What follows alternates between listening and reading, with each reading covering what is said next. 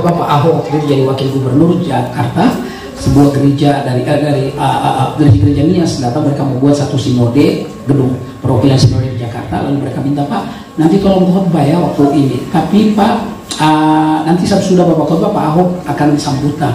Nah, waktu saya datang 30 menit sebelum acara dimulai, waktu saya lagi duduk, Pak Ahok nggak lama datang, tiba-tiba pembawa acaranya datang ke saya dan berkata, Pak Pendeta minta maaf Pak, Bapak biasa bahannya berapa lama? Ya paling kurang 30 menit. Pak, maaf Pak, ini karena Pak Ahok mau pergi, Bapak 12 menit boleh? Oh boleh. Tapi itu 12 menit sudah sama 2 lagu, boleh nggak? Iya boleh, saya bilang, ya, nama juga punya acara, masa saya bilang nggak boleh. Lalu mereka bilang begini, Bapak, apa yang Bapak lakukan? Bahannya Bapak kurangi? Oh tidak sama sekali, nanti lihat aja. Dan begitu saya naik dalam 12 menit sudah ditambah 2 lagu, ngomong saya lebih cepat begitu. Saudara-saudara, kita akan bersama-sama membuka Alkitab kita.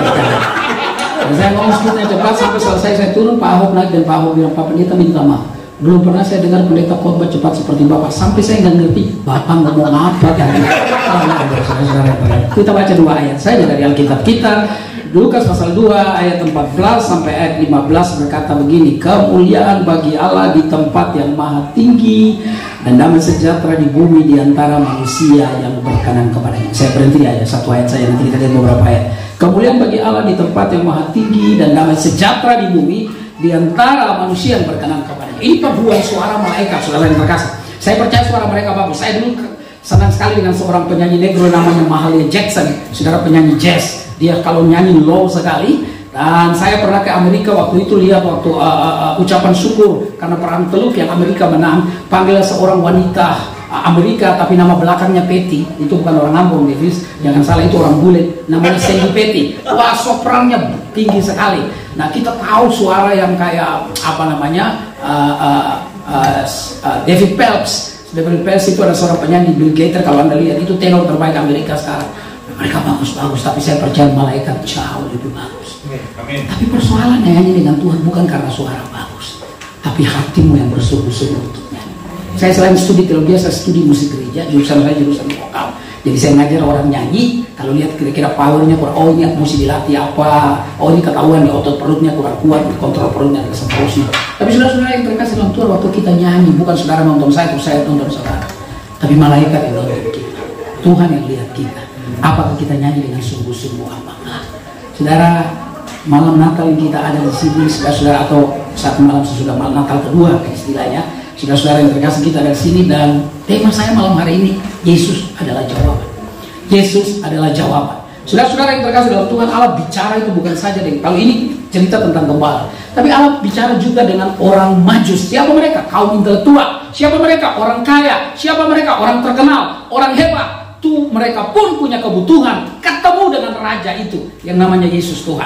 Jawaban untuk persoalan manusia adalah Yesus. Itulah sebabnya dia berkata begini, marilah kepadaku semua yang letih, lesu, berbeban berat, aku memberikan kelegaan kepadamu. Saudara-saudara yang saya kasihi di dalam Tuhan Yesus, karena itu paduan suara yang namanya malaikat begitu sibuk. Kenapa? Karena yang punya surga datang sehingga seisi surga menjadi sibuk. Sebuah kebenaran di dalamnya, kalau Anda percaya kepada Yesus, maka surga adalah warisanmu. Saudara yang saya kasihi di dalam Tuhan, gereja apapun Anda, Bapak Ibu yang terkasih dalam Tuhan, gaya ibadah beda-beda, nggak ada masalah, saudara. Ada orang berlihat kata begini, orang tua, Pak saya bingung Pak, di gereja itu kalau nyanyi duduk terus Pak. Saya pindah gereja lain, berdiri terus. Saya pindah gereja lain, dikit-dikit duduk, dikit-dikit berdiri. Saudara-saudara yang terkasih, liturgi itu tidak menyelamatkan. Liturgi itu tidak menyelamatkan. Karena itu saudara-saudara yang terkasih, ketika kita nyanyi dengan sederhana suara kita sekalipun, nyanyian yang sederhana, siapa yang bisa membantah bahwa lagu Malam Kudus yang notasinya nggak terlalu sulit, saudara-saudara yang terkasih, notasinya tidak terlalu sulit, tapi siapa yang membantah berapa banyak orang yang dijamah, saudara, melalui lagu itu? Siapa yang bisa membantah lagu Haleluya, Haleluya, Haleluya berapa kali? Itu tergantung berapa kali nyanyinya, saudara yang terkasih. Kalau 2 kali nyanyi 24, 4 kali nyanyi 48, saudara-saudara yang terkasih. Tapi apapun itu, ketika kita nyanyi dengan kesungguhan, maka saya percaya ada sentuhan ilahi yang luar biasa. Saya punya teman bekerja di departemen luar negeri dulu. Dia waktu itu masih Unishof, saudara yang terkasih. Dan orang dilarang untuk beribadah. Tidak boleh Alkitab bertambah di gereja, itu berarti orang Kristen bertambah. Sangat dilarang. Sehingga mereka ibadah di hutan-hutan. 5-8 jam mereka ibadah. Luar biasa.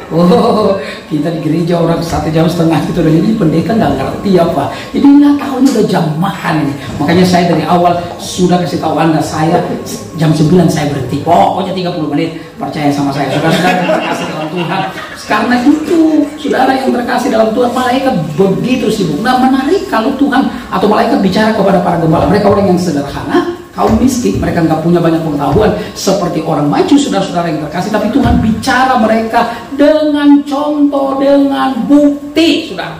Karena itu kalau Anda bicara kepada orang, saudara-saudara yang terkasih dalam Tuhan, mesti lihat juga. Kemarin saya khotbah 3 kali di satu gereja, lalu kemudian saya ngobrol sama gembalanya dan bilang, Pak, kami pernah undang seorang dokter teologi. Khotbahnya jelimet banget. Semua cuma pulang mereka pusing karena dia pakai bahasa asli. Kita jadi nggak ngerti, saudara-saudara yang terkasih. Dia ngomong apa? Tetapi saya mau ngomong bahwa malaikat dengan sederhana kasih tahu, jangan takut. Kenapa nggak takut? 400 tahun ditunggu. Tadi Davis 23 tahun baru ketemu papanya.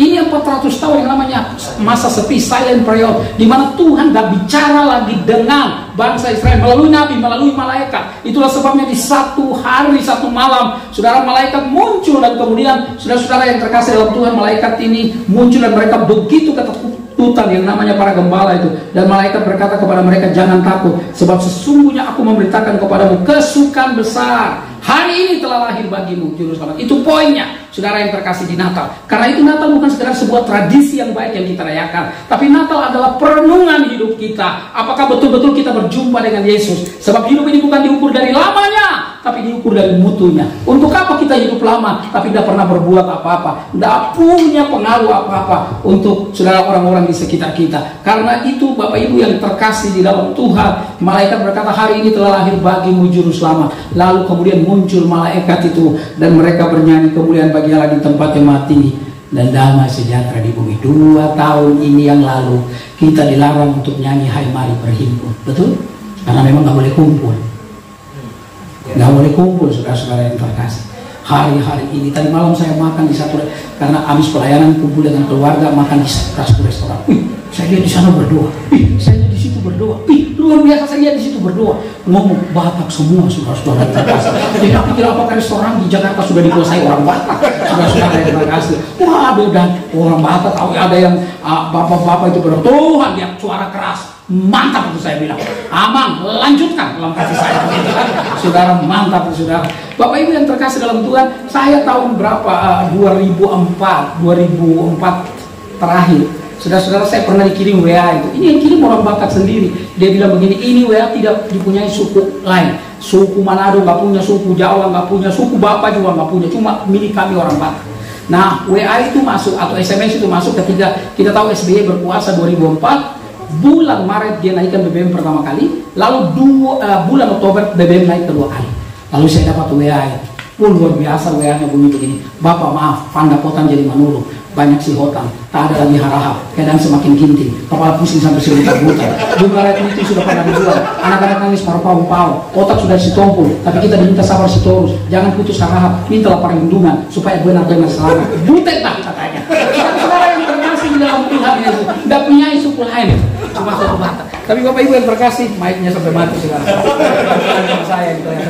Saudara-saudara, ya dikecilin aja dikit, Efis. Saudara-saudara yang terkasih di dalam Tuhan, tapi begitulah no mention mati di tanah Batak supaya orang Batak tetap percaya kepada Tuhan. Waktu Yosef Kam datang di Maluku, lagu-lagu ciri khas orang Maluku adalah lagu-lagu rohani. Saudara, Kiai Sadrak berkeliling di Pati Salatiga supaya banyak orang-orang di sana percaya kepada Tuhan. John Sung buang ijazah S3 dari laut dan datang di Semarang, datang di Bandung supaya orang Tionghoa. Nah, karena itu kita tidak boleh punya alasan untuk berkata kita tidak tahu tentang Tuhan. Ada banyak hal yang kita dikasih tahu, mungkin kita nggak peduli saja, tapi Tuhan kasih tahu kita dengan jelas bahwa sesungguhnya jawaban hidup ini adalah Yesus Tuhan. Dia datang karena apa? Menjadi manusia karena manusia tidak bisa mengerti dia.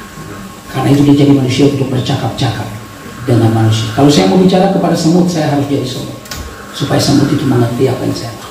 Tuhan jadi manusia supaya dia bisa bercakap-cakap. Saya sekolah di sebuah sekolah negeri yang muridnya tahun 80-an Terbanyak nomor 2 sesudah sama 70, karena sama 70 gabungan dari 9 sama 11 di Bulu. Murid kami sekitar 2000 lebih, saudara-saudara yang terkasih. Kita kalau berantem itu nggak pakai dan 1 dan 2, tapi dan kawan-kawan dari Pela-Pela, Warakas, Volker, itu daerah Tanjung Priok, daerah Bronx, saudara-saudara yang terkasih.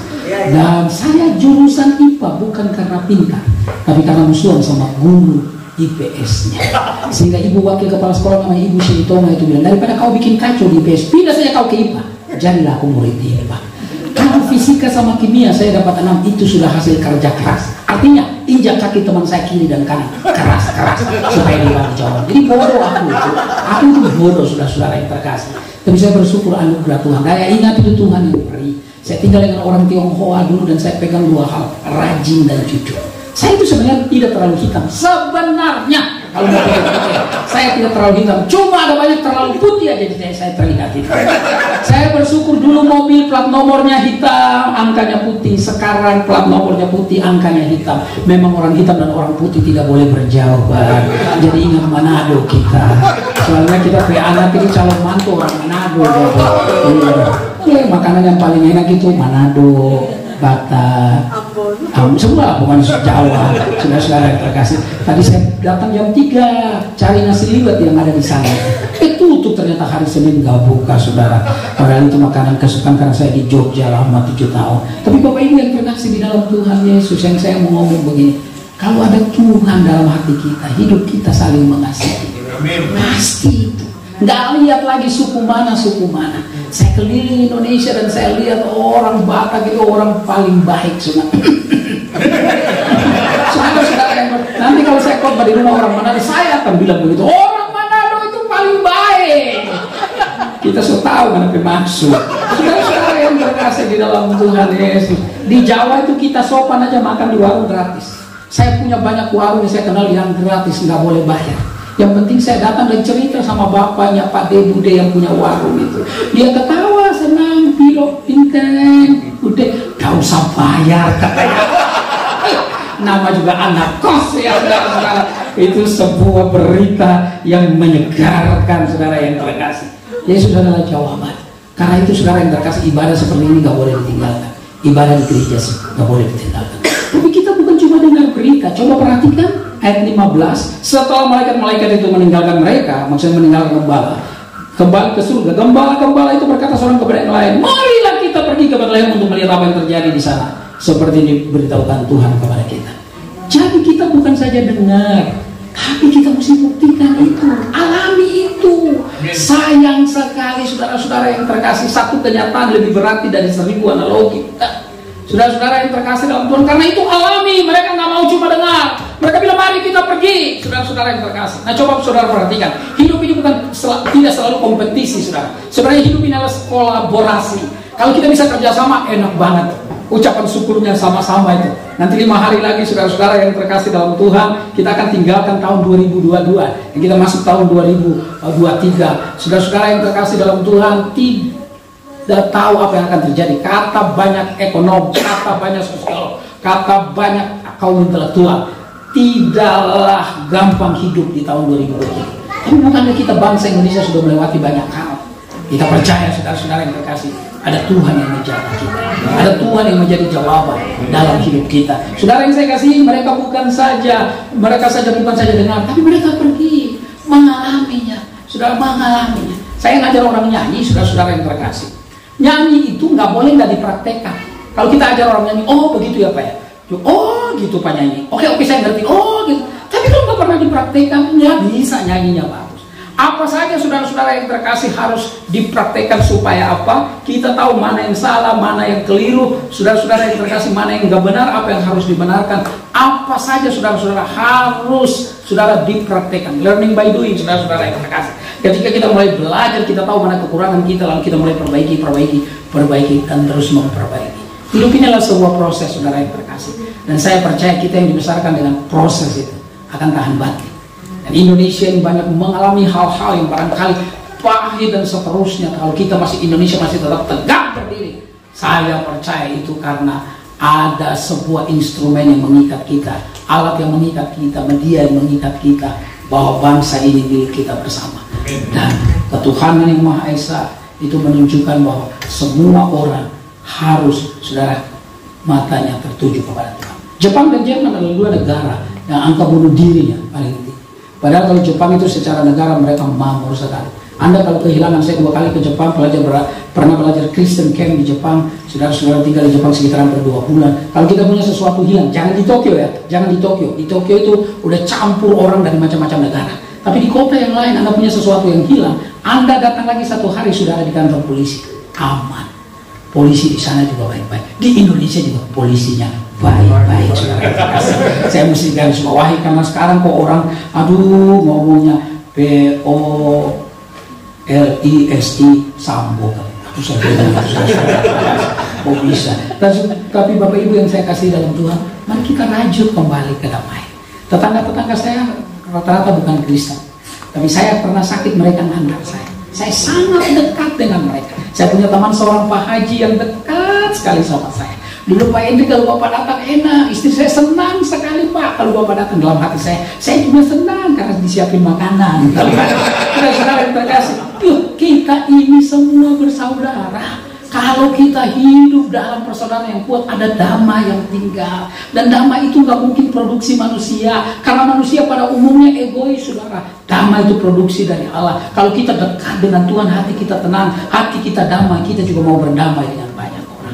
Jujur sama Tuhan nggak apa-apa. Saya pelayanan anak-anak debt preman, anak-anak debt collector, saudara-saudara yang terkasih di daerah Blok M. Makanya satu ketika saudara-saudara yang terkasih, ada sebuah maskapai penerbangan, saudara dihancurin sama preman di bandara, saudara yang terkasih. Pemiliknya telepon saya, kebetulan teman saya. Pak, itu anak buah Bapak bukan? Saya bilang nggak mungkin lah, anak buah saya udah ajarin nggak boleh lagi gitu-gitu. Saya ajarin mereka supaya cari kerja dan mereka jadi baik. Saya cek, ternyata mereka bukan. Mereka bilang, Bapak kami diajak juga, tapi kami nggak mau. Puji Tuhan. Bahkan saudara-saudara yang terkasih bisa jadi baik. Jujur aja dengan Tuhan. Hidup jujur itu paling menyenangkan dan menenangkan. Seorang bapak udah mulai curiga sama anaknya, karena anaknya yang harusnya pulang, saudara-saudara yang terkasih dalam Tuhan, sore hari itu belajar, dia pulang selalu malam. Setiap kali kalau bapaknya tanya dia bilang, saya baru pulang belajar Pak. Lalu satu kali anaknya pulang agak malam, bapaknya bilang, nah sini nah, kamu berdiri dekat robot itu. Itu bapak baru beli robot itu. Nah robot itu kalau kita bohong dia tempelin kita. Lalu anak itu berdiri dekat robot, lalu ditanya kepada anak itu, nah kamu baru pulang dari mana? Baru pulang belajar. Digapok-pok merah semua. Nah aduh Pak sakit Pak, makanya jangan bohong. Nah kalau kamu jujur aman. Jujur Papa tanya kamu pulang dari mana? Baru pulang nonton film. Robotnya tidak bereaksi. Saudara-saudara yang terkasih, itu menunjukkan bahwa saudara yang saya kasih dalam Tuhan, anak ini jujur. Anaknya, bapaknya bilang, kan kamu jujur kan aman. Film apa yang kamu tonton? Film perang, digapok lagi sama robotnya.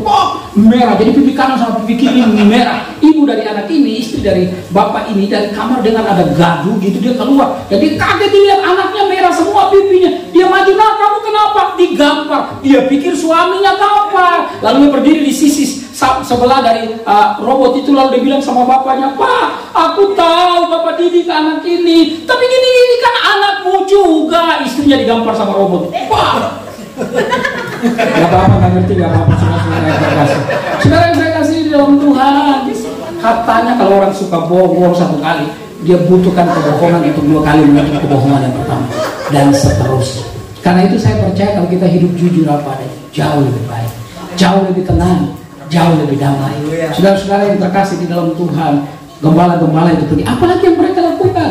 Saudara, ayat 17 dikatakan, dan ketika mereka melihatnya, mereka memberitahukan apa yang telah dikatakan kepada mereka tentang anak itu.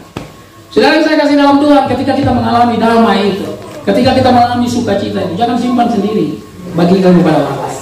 Saya percaya itu Duma, itu Nelly, itu Ade, Bang Ucok, di sini Coki, semuanya dengan keluarga, undang kita karena mereka ingin supaya sukacita itu dibagi, dialami bersama-sama oleh kita. Dan saya percaya luar biasa kita pulang dari sini dengan sukacita. Paling tidak kita pulang dari sini dengan kekenyangan, saudara-saudara yang saya yakin, saya udah buka tadi itu makanan banyak banget itu. Itu Duma udah kasih tunjuk saya, saudara. Nah ini loh, ini loh, ini maksudnya loh kita hidup. Jangan hidup sendirian, nggak mungkin. Sehebat-hebatnya seorang penyanyi, kalau dia cuma sendirian, siapa yang mau iringi dia? Siapa yang mau lihat dia? Sehebat-hebatnya seorang pemain drum, saudara-saudara yang terkasih, dia butuh pemain yang lain. Makanya kalau orkestra itu, kalau Anda lihat, kita nyanyi dengan suara yang sederhana, kedengarannya bagus. Kenapa? Semua saudara yang terkasih dalam Tuhan, suara itu sudah diwakili oleh orkestra. Karena itu saudara-saudara yang terkasih dalam Tuhan, ceritakan kepada orang lain. Ceritakan apa yang saudara alami. Saudara yang saya kasih di dalam Tuhan, teman-teman saya, Kata Dado, dulu kalau Anda tahu almarhum, waktu ketemu kami ada Rudi, dia tanya, lu jadi apa?